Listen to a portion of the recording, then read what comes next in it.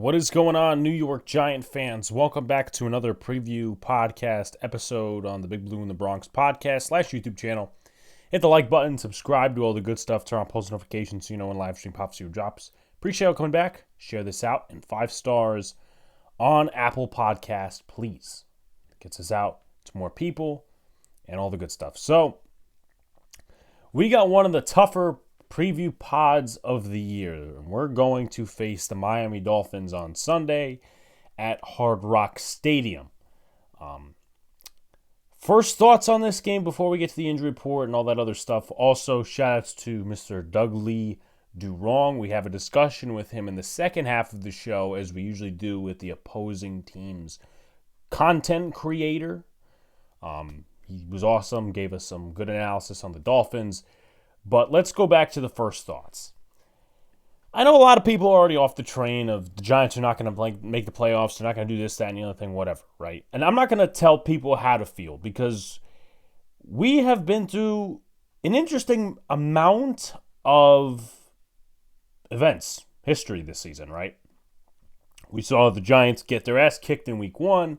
Week 2, they overcame a 21-point deficit. Week 3 wasn't good, where they had a lot of missed tackles. Week 4 was terrible, where 10 sacks were given up, and the Giants have been outscored 64-3 at home and 77-6 in the first half.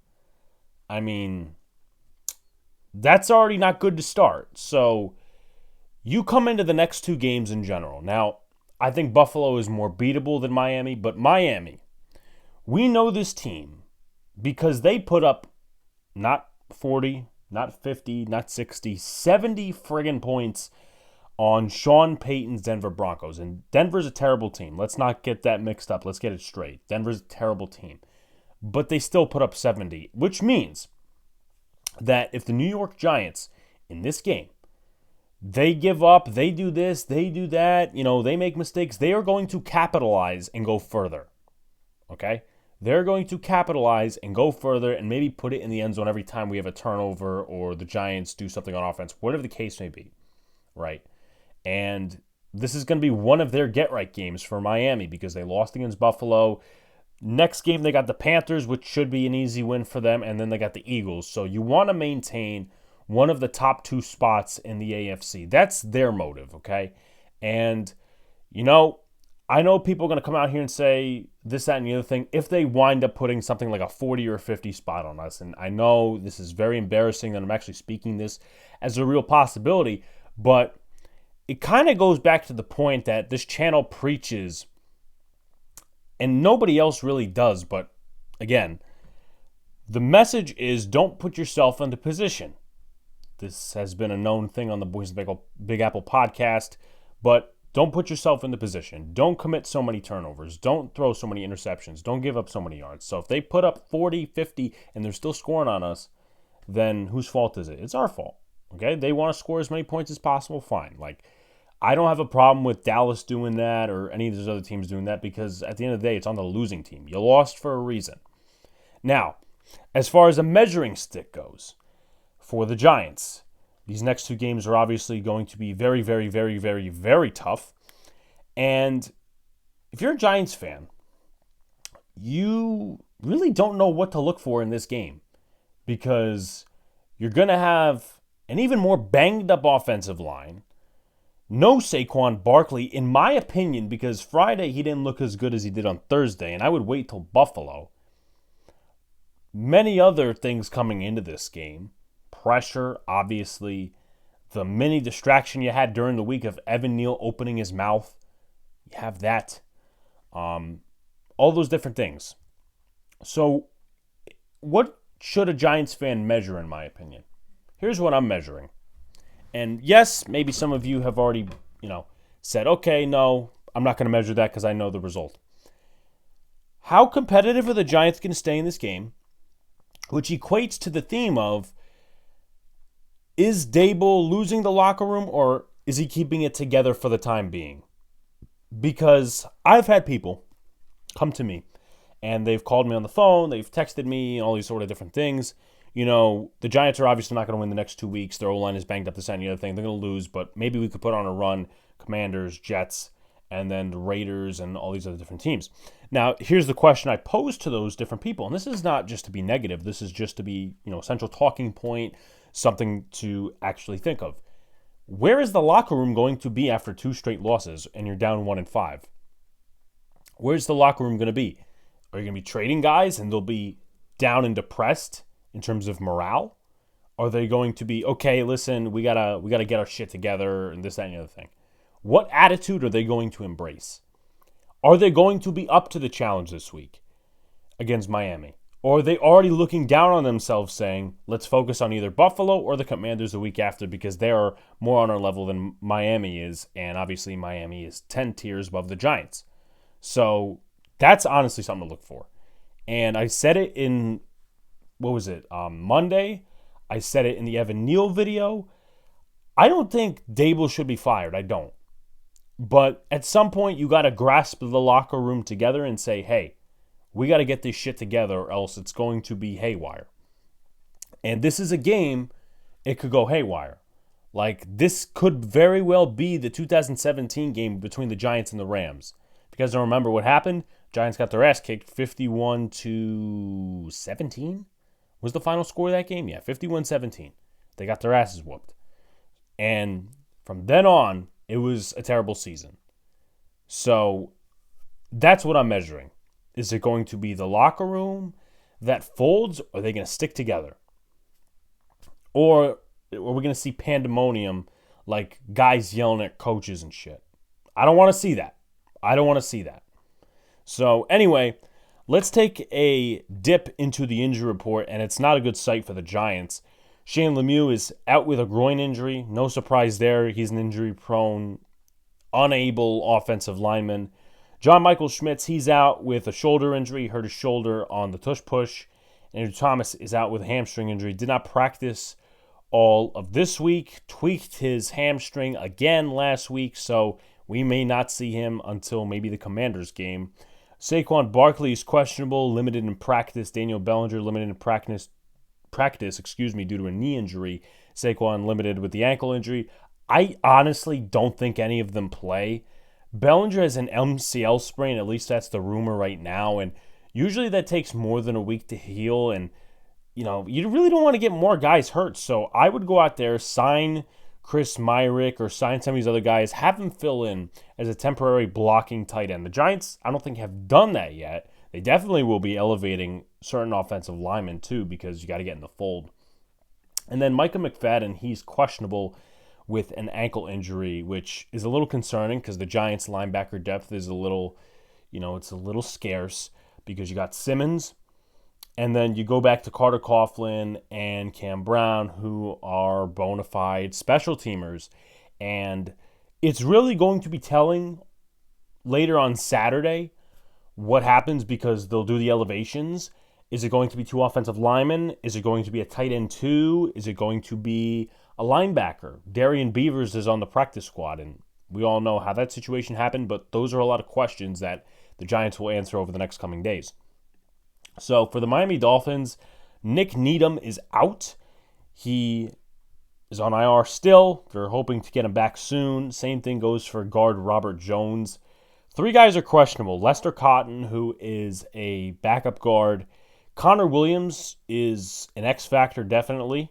He is the starting center. If you guys remember that name, he was actually with the Dallas Cowboys for a good portion of his career. They ended up drafting him, I think, in 2018 or 2017. But he's been the glue of that offensive line. Went down a few weeks ago. And then Jalen Phillips is questionable with an oblique injury. And this could be a get-right game. I talked about it more on a Dolphins front a couple of minutes ago. But this could be a get-right game for the pass rush because this team, they're not like the Giants struggling to get to the passer, but they could do better with the personnel they have. Bradley Chubb, Jalen Phillips, Christian Wilkins, some of those other guys. Andrew Van Ginkel is their lead sacker right now. You want to make that one of your pass rushers. So let's dip into team stats. Obviously, it's not a good sign for the New York Giants. 31st in total yards per game, 30th in passing offense, 23rd in rushing offense, 32nd in points offense. Defense, 24th in total yards, 15th against the pass, 25th against the run, 30th in points per game, 7th in passing percentage, 26th in run percentage, 25th in pass percentage on first down, and 8th in run percentage on first down. 2nd in blitz percentage, 22nd in pressure percentage, and 32nd in sacks. The Dolphins, well, I don't even have to go through most of their offensive categories because that 70-point game did it in for them. All of the offensive ranks that we usually go through, they're number 1. Defense, this is where they struggle. 30th in total yards per game, 25th in points. 28th in points, 25th against the pass, 22nd against the run. Offensively, analytic-wise, 21st in pass percentage, 12th in run percentage, 3rd in pass percentage on first down, 21st in run percentage on first down. So with a little bit of a flip-flop there. 11th in blitz percentage, 12th in pressure percentage, and 21st in sacks. Obviously, the last few years with the Dolphins, really going back to 2019, they had a different style on defense. And that was Brian Flores and Josh Boyer. Boyer was not retained. They brought in an experienced guy, former head coach. You guys know the name because he was in contention for the Giants job about a year and a half ago. That name, you guys know, is Vic Fangio. He plays more of a laid-back defense. Now, multiple teams have tried to mock his defense, and it really hasn't gone well.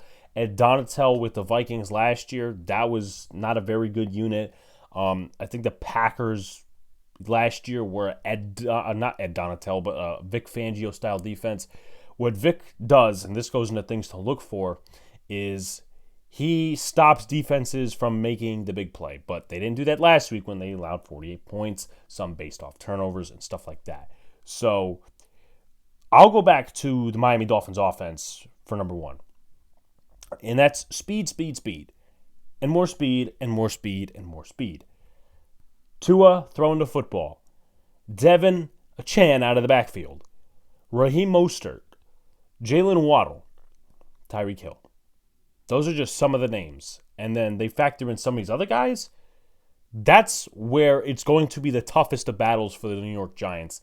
And obviously, looking into the season, obviously Miami, we don't know if Tua's going to be healthy, this, that, and the other thing. When you zoom to now, I think this may be the toughest game yet because Dallas, they lost to Arizona. I thought that was a fluke game. The 49ers, the best team in the NFC, in my opinion. The Dolphins, they lost to Buffalo and had a couple of kinks there with the offensive line and turnovers and all that other stuff. But I think, my personal opinion, the Dolphins are the best team in the AFC. The Chiefs, they have some quirks. Patrick Mahomes will always be there. I thought that they played down to the competition too much against the Jets. Bills, I don't trust Josh Allen a ton protecting the football. He's productive, but he turns over the football a ton. So Tua staying on the field has made it happen. An offensive genius in Mike McDaniel, and sometimes it's either one way or it's another way, where you have an offensive genius calling plays who's also your head coach. It could either go really badly or it could be just a monster success, and that's what it's been for Mr. Mike McDaniel. Coming from San Francisco, where he only spent 1 season as the offensive coordinator, and that was after whoever left to take a job elsewhere. I'm blanking on that right now, but that's not really important. One of the things Miami does is, obviously part of their schematics, is they throw out of running formations. And one of the guys the Giants are going to really have to keep track of, and we'll talk about this more into players to watch, is Durham Smythe. Smythe is one of the longer tenured Miami Dolphins going back to that really bad season they had in 2019, but he's a guy they like to leak out of there. The defense will be focused on Waddle. They'll be focused on Achan. They'll be focused on Tyreek Hill. But you'll see Durham Smythe just crawl out of there and have something over the middle of the field. And I know there was some complaints last year. I'll get Mike Gesicki involved, this and the other thing. They're not really focusing their offense on the tight ends. It's running backs and wide receivers. But once again, the Giants really should not be in over their head in this game. But even when it comes to Durham Smythe, I think he's going to be a little X factor on offense for the Miami Dolphins. But speed, Miami throwing out of running formations. The Giants cannot be fooled this game. They probably will be, but they cannot be fooled because when you're throwing out of running formations, you got these 2 tight end sets, whatever, it's just going to be a mind game that Mike McDaniel plays with you. Also, not to mention, There was a couple plays last week when they were in good position game-wise. You had Tyreek in the backfield and Achan. I'm going to butcher that name, unfortunately. Apologies. You had him as a wide receiver, but he comes around and he takes a jet sweep. But people are like, wait a minute, Tyreek Hill's in the backfield. So, again, it's all mind games. But the Giants had to mock that in practice, and I don't think they did. I'm not trying to rip their coaching too much because I've done it over the past few weeks, but guess what? It's very hard for any NFL team, not named Kansas City, to mock what they do on offense in practice. So, if the Giants are about speed, this game, it may keep them in contention a little bit more. And one of the things, going back to the offseason, Joe Schoen wanted to improve was the speed of the team. Micah McFadden, he's got a solid speed. Okereke, I would like to see it more this game. Isaiah Simmons has to play more. Isaiah Simmons has to play more. Because I get it, third down is big, all these different things, but he's probably got to have the duty of covering running backs. I don't trust our safeties. Maybe Dane Belton, but he hasn't gotten a ton of snaps. I would like to probably point the finger in my mistrust towards Jason Pinnock, who hasn't covered tight ends that well, and also Xavier McKinney, who hasn't played well at all, so there's that. But moving to the Giants a little bit, quick game from Big Blue. Talked about it when we were coming into this segment. Vic Fangio, he's not a blitzer. Again, not Josh Boyer or Brian Flores or any of those other guys.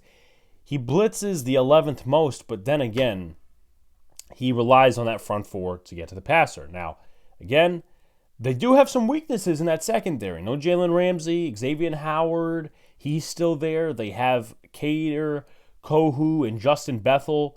Kohu, I believe, was a draft pick of theirs, and Bethel's a special teamer. We'll get into them, but there's some weaknesses back there.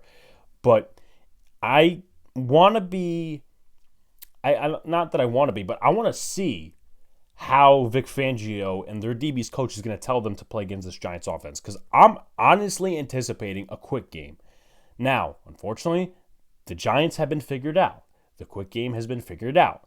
San Fran is a great example. Another great example was the first half against Arizona when they were going quick game. So are they going to say, okay, we're just going to let them, do their thing, but in the red zone we'll stop them? Or is it going to be, listen, we're going to have you press up on them and stop the quick game? It's going to be interesting to see. And also the Giants, defensively. I already said you can't mock what they do in practice. You can't mock what the Miami Dolphins do in a game in practice. It's very tough. Trust me. But if you're going to ask me what I think they're going to do, I think they're going to play zone defense. I think that they're going to let Waddle go over the middle, Hill go over the middle. Then they'll see what they do with their eyeballs, and then they'll make adjustments. But I think it's a better chance that they get killed in man coverage than zone defense. But they'll probably pick apart the zones too. Tua is a good quarterback. So either way, in my opinion, the Giants are fucked. But zone defense, it compresses it a little bit more to where you kind of know you're going to get fucked. But at the same time, it's still kind of a competitive chance. So let's go to players to watch. Tua Tagovailoa, his completion percentage is at 71.3. 9 touchdowns, 3 interceptions, 5 sacks taken. He's got a rating over 100 at 114.4. He's been great this season. A lot of people are considering him in the MVP conversation. If he continues this play, I will definitely endorse him. But I would have to see it for a few more games because we know Tua, he can get hurt and totally sideline the Dolphins season. I thought they would have been better last year if he had not gotten hurt. I know Bridgewater and Skylar Thompson played against the Jets, but a lot of things rolled into that. Tagovailoa he's playing really well. Playing really well. Shout-outs to him. You look at the running game. It is no slouch. Devon Achane, got it right this time. 4 touchdowns on the season, 4 runs over 20 yards, 309 yards total, and 11.4 yards per carry, which I'm pretty sure leads the NFL when you're talking about running backs only in a specific amount of snaps. And, I mean, he's got speed. He's got real speed. A lot of Dolphin fans were like, okay, we drafted this guy. You didn't hear much about him in training camp, but he shows it all right now, and he looks to be their future running back outside of Raheem Mostert, who's got 6 touchdowns on the season, 2 runs over 20 yards, 5.2 yards per carry, 249 yards, and 48 carries total. So who's gotten more reps? It's Raheem Mostert, but Devon Chan, he's gotten more rushing yards. Now you look at the receiving game. I kind of talked about it earlier, and it's really an obvious pinpoint. Tyreek Hill, 4 touchdowns, 470 yards, 28 receptions in 4 games. Jalen Waddle, obviously he missed the game. I believe it was actually against Denver when they put up the 70 spot. He doesn't have a touchdown this season. He's got 4 big plays over 20 yards, but he doesn't have a touchdown this season. So I think he's going to get a touchdown against the New York Giants. He's got 210 yards on 12 catches. Braxton Berrios, he's going to be out of the slot, so it's going to be interesting to see if Trey Hawkins comes back in the game. Please don't put Adoree on Braxton Berrios and play this whole slot game. No. Flott, I thought he did fine for the most part against the Seahawks in man coverage. I think he could take Braxton Berrios. Berrios, I know he had that little stint with the Jets, but he's not that good of a slot receiver. My honest opinion. But he's got a touchdown this season to play over 20 yards, 146 catches on 13 receptions. And then the guy we talked about pretty much in the things to look for is Durham Smythe. 11 catches, 123 yards, no touchdowns. I think he's going to get his first touchdown this game. And then 1 big play. Their expected O-line, I know that in the interview discussion, Doug's going to not really be too endorseful about the O-line coming off that game against Buffalo, but 5 sacks only taken by Tua this year. 5 sacks total across the board because Mike White also played. That's the 3rd least given up. Austin Jackson, who many thought was to be a bust, he's on the right side. He's doing a solid job. Connor Williams is the glue guy. Kendall Lamb's played well. Expect him to start at left tackle. So, again, this O-line is solid for the moment, but we'll touch on that in top matchups. You look at the defense, and I'm looking at 3, maybe 4 guys here. Jalen Phillips is my number 1. He could potentially play this game. I think he will. Half a sack, 2 quarterback hits, 12 tackles, 4 quarterback pressures. He's a guy I looked at coming out of college. He had a lot of risks because he retired 1 year due to a neck injury. Was really productive in college, but again, the injuries. But when he's on the field, you get dominant play. And I think he could be a double-digit sack guy in this league. I think he could be dominant. And I think a lot of people are sleeping on the name of Jalen Phillips, but he's got a good matchup this game. Whether he goes against Josh Azudu or Evan Neal, I think he's the ultimate winner. Bradley Chubb's on the other side. I think he needs to perk up a little bit. Got big payday, 1 sack, 3 tackles for loss, 4 quarterback hits, 14 tackles, 7 quarterback pressures. He's going to look to have a game too. Christian Wilkins up the middle, a sack, a tackle for loss, 4 quarterback hits, 15 tackles, 5 quarterback pressures. He's going to look to feast. And again, we can't even say JMS is playing because he's not. He got injured on the tush-push play, so it's going to be Bredesen starting at center, Glowinski, I would say at left guard. It'd be very irresponsible to go out there and say Jalen Thomas or Jalen Mayfield is going to go start at left guard. That would be a head-scratching Dable decision. Put Glowinski out there. Do it. And then their linebacker up the middle, Andrew Van Ginkel. 3 sacks, 19 tackles, 5 tackles for loss, 6 quarterback hits, 5 quarterback pressures. He's a guy to look for both when it comes to rushing the passer and stopping the run. Now you look at their corners, they are a little busted up here. You start with Xavier Howard, who doesn't have terrible stats. He's given up a completion percentage of 64.3. Actually, my bad. 63.6. 1 interception on the season, 114 yards given up, 72.9 passer rating, and 1 touchdown. So it pretty much evens out. You would like him to play better, though. Cater Kohu, 77.3 completion percentage allowed. A lot of yards allowed last week against Stephon Diggs. I thought that was mismanagement personally by the defense because you have him on Stephon Diggs. I mean, that's just going to be a recipe for disaster. 204 yards, 2 touchdowns, 135.4 passer rating. I would look to go after him. If you're Daniel Jones and you're on your game, look to go after him. Justin Bethel. He's mainly a special teamer. Has been his whole career. Atlanta, New England, Baltimore. Arizona too. Again, mainly a special teamer, but due to injuries, Nick Needham, they're not playing Eli Apple as of right now, which would be an interesting matchup, not going to lie to you. But I feel like Eli Apple would get an interception in this game. I don't know. I'm just down to the dumps about this Giants team. Back to Bethel, 37 yards given up on 7 completions, on 8 targets, which isn't bad, but the passer rating is high at 125.5 and 1 touchdown. Again, he's a special teamer that plays corner. And then Javon Holland, he's a guy that I've been looking at ever since he came out of Oregon, and he's one of the more underrated guys in this league. He's mainly a box safety, at least from what I've read. Not great in coverage, but he can also play over the top when need be. 2 tackles for a loss, 2 forced fumbles. Completion percentage is 77.3 in coverage, 176 yards, passer rating of 115, 1 touchdown allowed, 39 tackles. So before we get to top matchups, thought I'd bring in the usual ad break. This channel, this podcast episode is sponsored by SeatGeek. If you're going to a game, you're going to a concert, you need parking passes for something, please use the promo code Big Blue in the Bronx. It gets $20 off your entire order. That's Big Blue in the Bronx, nothing abbreviated, just the name of the podcast and the name of the channel. So let's break into top matchups. Usually, I stick to the trenches, and to be honest with you, that's what it's going to be this game.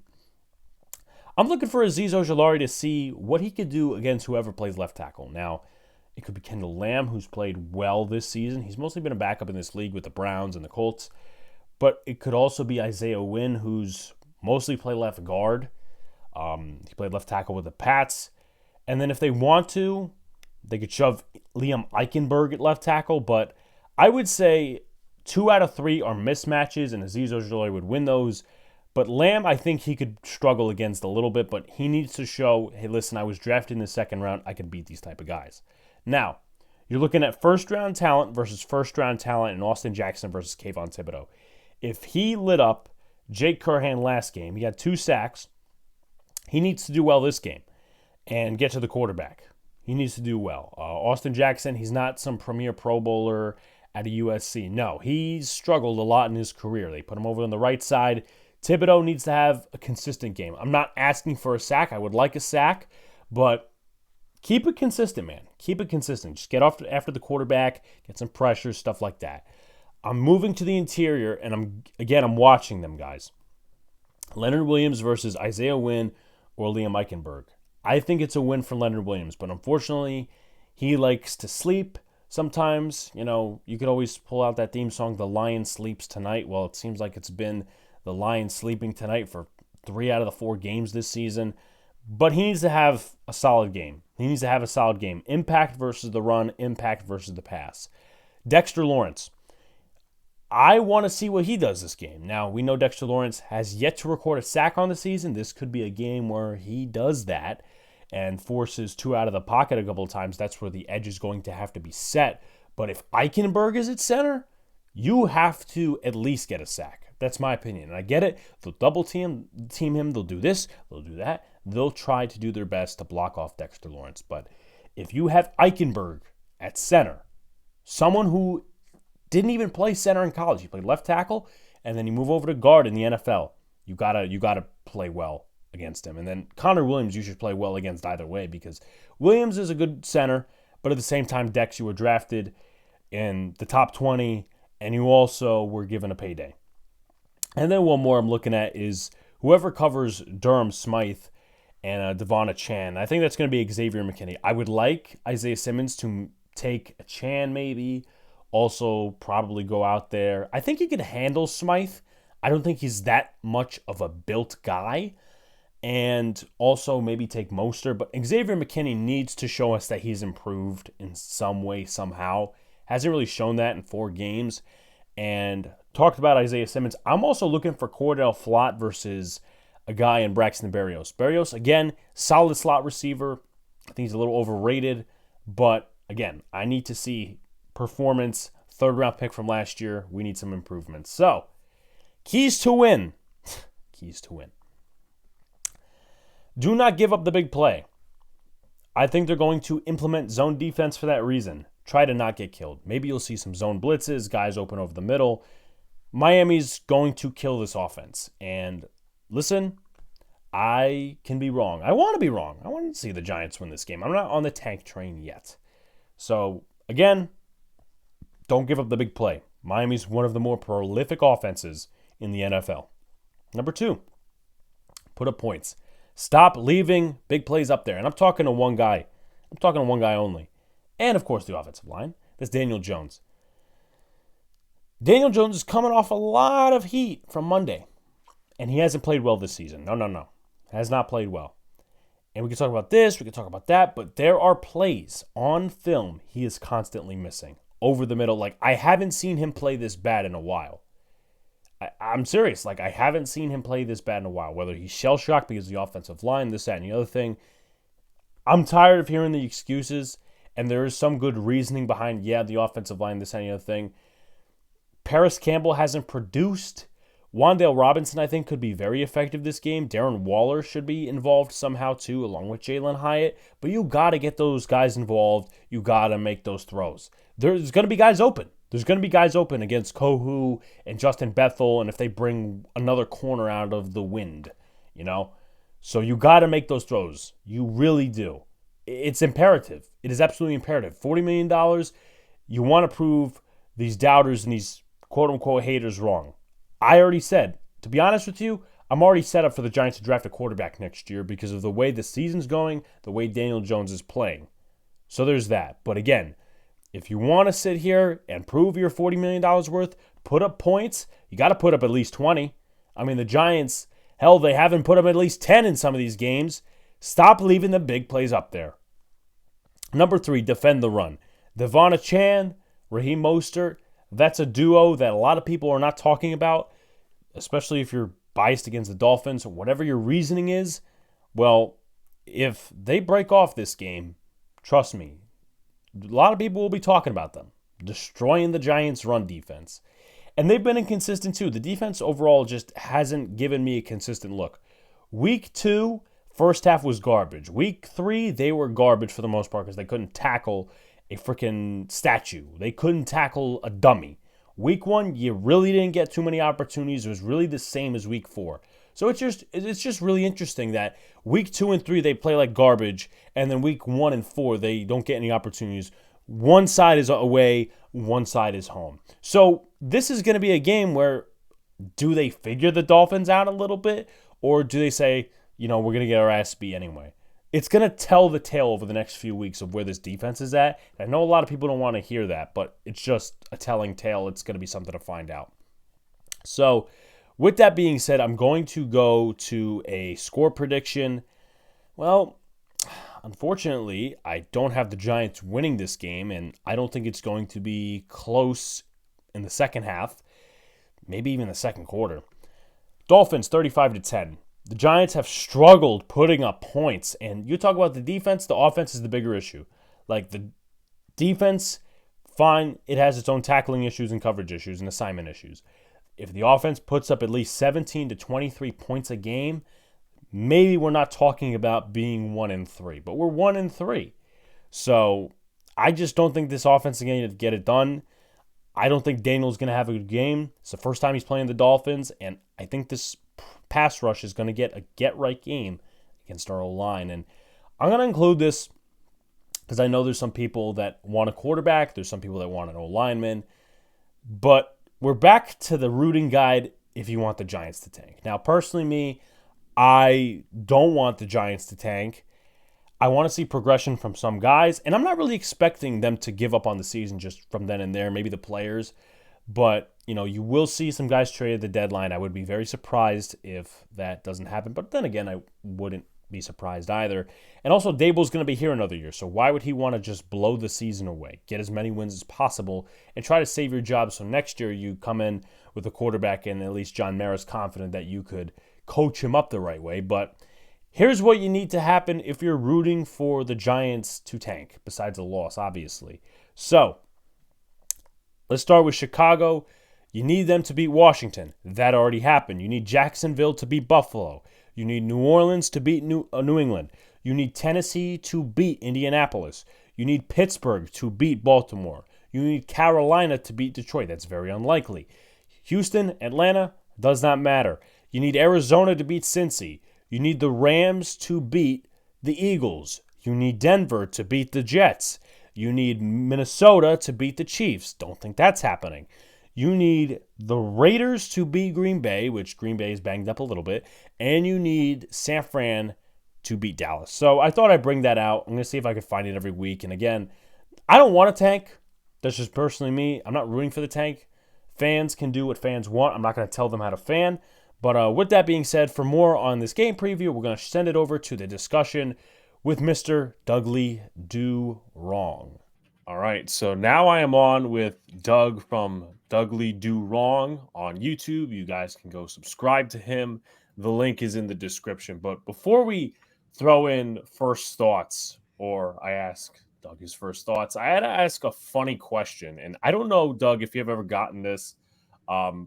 You guys play in the same division as these cats, and I know a lot of people who root for this certain team, and I think it's an interesting correlation. But do you guys ever get called Jet South? No, I could see why we would be, being that Mike White, Braxton Berrios, all those guys, but no, we don't get called Jet South. Just wanted to throw that in there, but thought it started off on a funny note. Well, at least for me, I need comedy in my life after watching this Giants team for the past 4 weeks. But let's go back to last week a little bit. Your game against the Buffalo Bills. The game was very competitive in the first half. What drew the game out of contention for Miami in the second half against Buffalo, and you guys suffering your first loss? I think the biggest thing that hurt this team, because the Dolphins offense is a very high scoring, fast offense. Once Taron Armstead went down, and we have our backup center, and Liam Eichenberg, who the backup center was, he's not even a center. He was drafted as a tackle, moved to a guard, and then he's moved up to a backup center. It was just a nightmare. They were getting pressure just setting four, so that was just completely throwing it off. We were throwing a lot of screens, a lot of quick passes, instead of letting things develop over the field like we normally do and push the ball down the field. That hurt because it was a 7-7, 14-14 type drive, and then our defense was just letting them score at will. And then at some point, you get down 7-14, and then once you hit 21, you kind of take your playbook and kind of throw it out the window, because we like to run the ball. You saw what Devon Chain can do, what Mostert was doing. We like to run the ball to have like a nice 1-2 punch. But once they started going up by score and our offensive line was just beat up, well, you guys know about that, the whole scheme went out the window, and that's where it really got hurt. Right. And coming into this week, I want to know, because we know, or at least on this channel, how Giant fans feel coming into this game. What's the Miami fan base as well as the media's perception coming into this game? You got beat by Buffalo. Mhm. Is this a get right game from the jump, or is it we're going to also beat the piss out of the Giants worse, or maybe as bad as Denver? um, I can't foresee that ever happening again, to be honest with you. I've been a Dolphins fan for 30 years, and not once have I ever seen the Dolphins put 70 up on anybody. So I don't know if we're going to do that, but it kind of feels like that. I hope they're not looking past you guys, because next week we face the Panthers, and then we face the Eagles on Sunday Night Football. So I'm hoping the Dolphins aren't like one win team and no win team, and then the bright lights against a really good team. I hope they're not looking past you guys. So I hope it is one of those situations where they're like, all right, we got beat bad. We need to show that we're not, frauds, and we need to play hard. And I'm hoping that's what they're going to do, and that's what they're going to play as. Right. And talked about it a little bit earlier. This is one of the best offensive schemes, one of the best offensive teams put together that I've seen in my life watching football. I've been watching football for a couple of years now, and obviously the Chiefs fall into that category and whatnot. Besides speed, which is probably a good percentage what makes this offense go, what else is it that goes into the firepower under Tua in this offense? And is it also a big part that Tua is actually staying healthy this year? Yeah, I think it's a lot of people want to like the people who don't like Tua and want to discredit him will say it's the scheme and it's the weapons. But to me, it's like a nice trifecta of things. Tua when he's healthy, he's very precise, he's on target, he has great anticipation, but then also it's the Mike McDaniel scheme. And then it's also it helps that you have two of the best wide receivers in the NFL right now. But I think besides the speed, it has a lot to do with Mike McDaniel and just how creative he is with his play calling, because he'll run the same play 3 times in a row, but every time it's something different.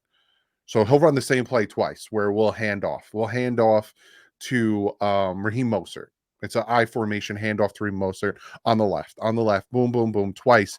Then all of a sudden, the same play, same formation, but they have Tyreek Hill lined up at running back, and they have Devon Achane at wide receiver, and then all of a sudden it's an end around to Devon Achane for it. Like it's just he just messes with people where you're like, oh, it's the I formation, it's the I formation, not knowing, oh, that's Tyreek back there. They're going to give it to the running back on a crossing, and he loves to do that thing where. He did it last year against the Lions where it was the same exact play. He motioned Tyreek, and every time he motioned Tyreek, the defense followed. So he ran the ball. Then the defense followed. So he ran the ball. Third time, the defense didn't follow through to Tyreek. He was wide. Like they call him that evil genius. That's just what he is. He's like, I'm gonna move these things. You're gonna think it's the same play. I'm just gonna move one piece, and it's just gonna throw everything out of whack. And I think, like you said, besides the speed, that's the other thing. It's just Mike McDaniel knowing what to do with what. Definitely. We head to the running back room, which is one of the bigger stories too. We know who Raheem Mostert is, and now we have a better idea of who Devin Achan is. What were your expectations for him coming into the season compared to right now? Which obviously I would have to expect it to change. And also to add on to that, is he the definite number two back and maybe the future number one? When we took him in the third, it was a surprise. I didn't, there was all these rumors about Dalvin Cook and all these different guys. So when they took Devon in the third, it shocked me. But coming out of college, he's fast and he's kind of small. So during training camp, you really didn't do much. You didn't hear much, and even in preseason, he kind of got banged up. You didn't really hear or see much from him. And I always equated him to kind of Darren Sproles. He's that small, fast guy who can bounce off the tackles, but then when he got the ball, he just took off. And I love he's that style of player that he's going to fall forward. He's going to, okay, he gets hit at the line of scrimmage, he's still going to get you 2 yards, and he fights. Like right now, yeah, I could say it's a 1A, 1B type situation with him and Raheem, but he's definitely the future. Like, Raheem, I completely forgot Raheem Mostert was 31. I for some reason thought he was like 28. So he's upper in that age, and then you have just Devon A-Chain just doing amazing things. So yeah, he's definitely the future, but I think right now it's that 1-2 punch. And then Jeff Wilson hopefully will be coming back soon. And you got that 3-headed running back tandem in the backfield. Right. Moving to the wide receiver position, we could talk ad nauseum forever and ever about Jalen Waddle and Tyreek Hill. I know they're going to beat the crap out of the Giants this weekend, but as a Dolphins fan, perspective wise, and I know that, these guys aren't going to get much playing time on the field, maybe one more than the other. What are your thoughts on the Dolphins having two seemingly disgruntled wide receivers from their former teams? Robbie Chosen, former Jet, alluding to the theme earlier, and now you guys traded for Chase Claypool. Chase Claypool, that trade, I'm usually up late with my daughter until about like 5 o'clock. So my wife lets me sleep until about 11. And I woke up to that and I was like, a wide receiver? And it makes sense when you think about it because Eric Izu, he's banged up. He's dealing with a neck injury. And then we have River Craycraft also got banged up. So it makes sense why they traded for him. But I was not, they gave up a sixth. They gave a sixth and got a seventh back. Like it shocked me, but he needs a change from what I'm hearing. He didn't like it in Chicago. His former teammate with Notre Dame, Durham Smythe, vouched for him. Tua vouched for him. So he needs a change. And I think he fits what the Dolphins are missing, that tall, fast, physical wide receiver, because, we have Tyreek Hill. He's kind of smaller, fast. Jalen Waddle, not as big, fast. Braxton Berrios, smaller, fast.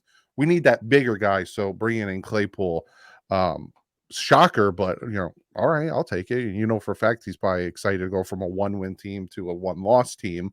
And then when it comes to Robbie Chosen, I want to see more out of him. I noticed that the more I watch him, he's fast and he's a good route runner, but he's kind of lazy when it comes to the other aspects of being a wide receiver, like the blocking and stuff like that. I'd like to see more out of him.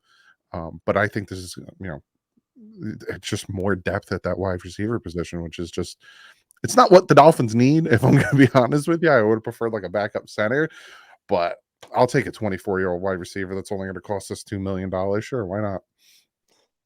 You did mention in your preview video Connor Williams possibly coming back being big for the Dolphins. What do you think the O-line configuration looks like on Sunday? And if you obviously mentioned the O-line didn't do too well, is Liam Eichenberg going to start potentially? I know you said he's out of position, that he hasn't been good. How do you see that all coming into play on Sunday? If Connor goes and plays, which I pray like with every being of my body, you'll have Kendall Lamb being the starting left tackle. That's the only difference. You'll have Kendall Lamb being the starting left tackle, but he started the season at left tackle because Teron Armstead got banged up and in training camp. So he was the starter, and he actually did pretty well against, Khalil Mack and Bosa, and he did really well against the Patriots. So Kendall Lamb is not bad. And he really can hold it down for the next month because Teron Armstead is now on IR. It's just I don't know what's happening with the center position. It's a groin injury with Connor Williams, so I'm hoping getting that rest last week, and he was limited. He did practice, but he was limited. I'm hoping he can go. If he can't go, and this was that was one of the biggest things I talked about in the preview video, is Dexter Lawrence scares the crap out of me. I'm avoiding him. I'm rolling Tua out, running to the outsides. Like, he can just be so disruptive up the middle. And that's Tua's bread and butter. You get the pressure on the outside. Tua's very good at stepping up and avoiding the pressure. But if he can't step up, oh my gosh, it's going to be a long day for Miami. I just hope if that's the case, our back end holds up. But I honestly don't have too much faith in that. Moving to the defensive side of the ball, I'm going to talk about a guy I liked coming out of college with a lot of flaws. His name is Jalen Phillips. How is he seen by Dolphin fans and Dolphin media? Because coming out of college, I think he retired 1 year to do like a something like a neck injury. But he came out, went to college again, UCLA. Obviously had production, drafted. I think it was the first round in the mid-teens picks. How is he seen overall in Miami? And I know he's missed a few games this year too. Yeah. Some people want more out of him. He had 8.5 sacks his first year. He had about 7 sacks his second year. People want more out of him. They see his motor, they see how fast he is. They want that, double-digit sack. They want more out of him, which I wholeheartedly agree. Jalen Phillips is one of my favorite players on the defense. I see every time I break down the film, he's just got a high motor. It is just he over pursues a lot, and he could have double-digit sacks. He could have the past 2 years. He just shoots, he overshoots, and he needs to work on some type of inside move, because every time he goes to the outside, that tackle just pushes him, and his speed, he just over pursues the quarterback. But I think he can be dangerous as long as he really works on his techniques and kind of gets a different pass rush move, because he'll be on the left side of the line, and there'll be a play to the right side 15 yards down the field. He's the one who's making the tackle. Like, I love his motor and his motivation, his physique, but he's just got to get a little bit cleaner on his pass rushing. Yeah, definitely. And also switching to Bradley Chubb and really the rest of the group. I think the Dolphins are like middle of the pack in sacks so far this year.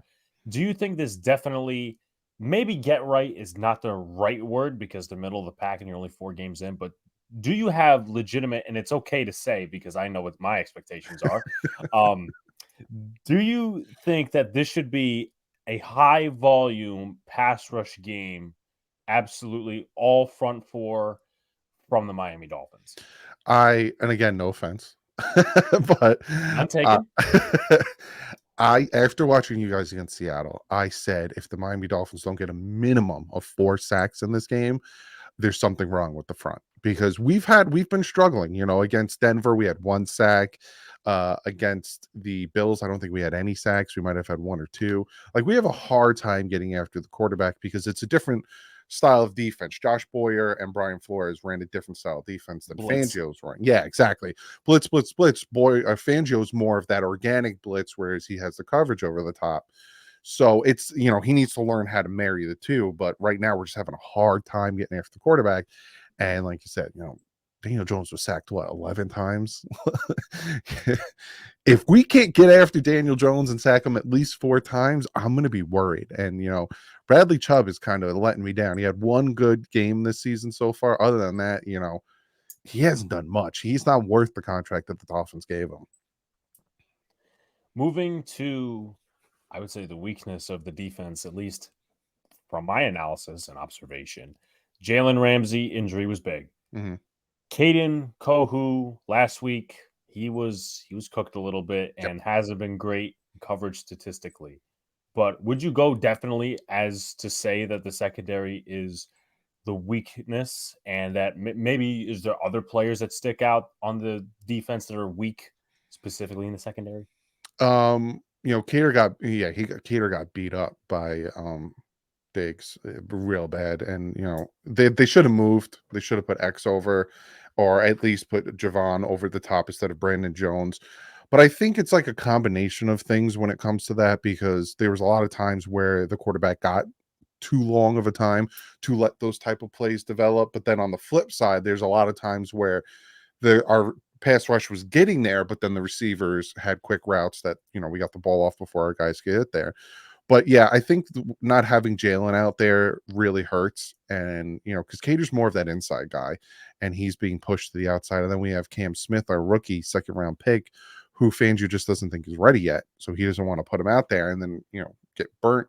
So it's funny, going into the season, you have Xavier Howard, Jalen Ramsey. That's the strength of the defense. Now you look at it, it's like, Eli Apple, you guys know about him. Like, are we going to put him out there and stuff like that? So yeah, it goes from being one of the strengths to one of the weaknesses. Yeah. Yeah, I mean, obviously, you just mentioned the giant legend Eli Apple, but also not to mention you do have a veteran in Justin Bethel, who's a Mm-hmm. special teamer usually on a regular basis. He's playing the slot, and then someone who I liked coming out of college, Nick Needham. Mm-hmm. He's coming He's back. on the injured reserve, so he'll be coming back, of course, shortly. But moving to more of the game prep, this shouldn't be a difficult question for at least maybe one of the answers. From a fan slash evaluation standpoint, which matchups, whether it's position or player and player, side by side, are you looking forward to seeing on Sunday? I want to see what your interior defensive line can do against the Miami Dolphins offensive line. Like, I want to see if we can handle Dexter Lawrence, if we can run the ball. Because I honestly think that if it comes to our pass offense versus your pass defense, we'll win that one, just because of the speed we have at receiver. But I'm really interested to see if we can still run the ball. And is Connor Williams going to play, or are they going to trot Liam Eichenberg back out there? And then how's that going to go? So to me, it's the trenches, both sides. I want to see, does the Dolphins defensive line have a problem because we can't get after Daniel Jones? And then the other way around, can we do what we need to do against your very good interior defensive lineman? Going even further into game prep, one on defense, one on offense, two X factors for the Dolphins on Sunday. X factors. Defense, I would have to say Andrew Van Ginkel. He's just been very good after Phillips, got banged up and he was moved back to his natural position at outside linebacker. Has been very disruptive. So I want to, if he could continue to be very disruptive, I think it'll definitely help the Dolphins out to potentially get more turnovers. Offensive side, I'm going to stick with the O line. I'm going to stick with center. I think the X factor is who is playing at center. I think that'll be a big tell of how that's going to go and how the game's going to go. Because if we have, like I said, Liam Eichenberg out there, I don't know how good the offense can be. They'll probably move the pocket a lot. So yeah, that's probably my X factor on offense is center who's playing. And then you're looking at the Giants offense and defense. X factors, one each. For me on offense, the X factor is Saquon going to play. Now he practiced on a limited basis. Do you want to trot him out there for this? Do you want to rest him another week and get ready for Buffalo or anybody else after that? That's on the offensive side, and then the defensive side. I look at your defense, and your corners are all right. They're not too worrisome for me.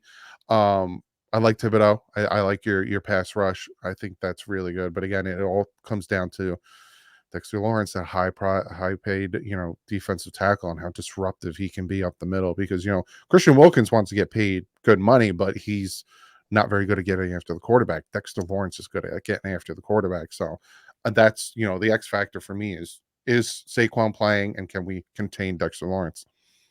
Not to mention, I'm pretty sure, I would say 99.9% sure that Wilkins and Lawrence were actually teammates at Clemson and Mm-hmm. were drafted in the same draft class, maybe like 2 picks apart. Mm-hmm. So I think Wilkins maybe was he was somewhere in the teens and Lawrence was 17. So Mm-hmm. they weren't far apart in that way. Yeah, I But think Wilkins was like 13 or something like that. Yeah, it wasn't that far apart. sounds about right. Sounds about right. But final score prediction for this game or just a winner.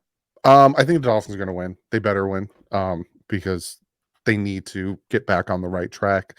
I usually pick it pretty close. Normally I'm conservative and I'm like, hey, 24, 27. But it's the way it should go when you look at paper. The Dolphins should take a lead handedly. So I have the Dolphins winning 30-14. I think you guys will still score points. I think you guys will still move the ball. But I think the Dolphins will be able to do what they need to do, and they're home. So I'm going to pick the Dolphins 30-14. Exactly. And then last but not least, where can people find you and your work? Got a weird name. So anywhere you need to find me, just look up DouglieDoWrong, whether it's on Twitter, whether it's on YouTube, wherever. That's where you can find me. Well, I appreciate Doug taking the time out of his day to come on and discuss some Dolphins with us, get that side. Also, I did see in the preview video that he put out, and if you haven't already, please check that out. You'll be going to the game on Sunday, and hope you have a nice time there. Well, the first time I actually went there wasn't for a Giants game, but didn't have the greatest experience, but that's all fine and well.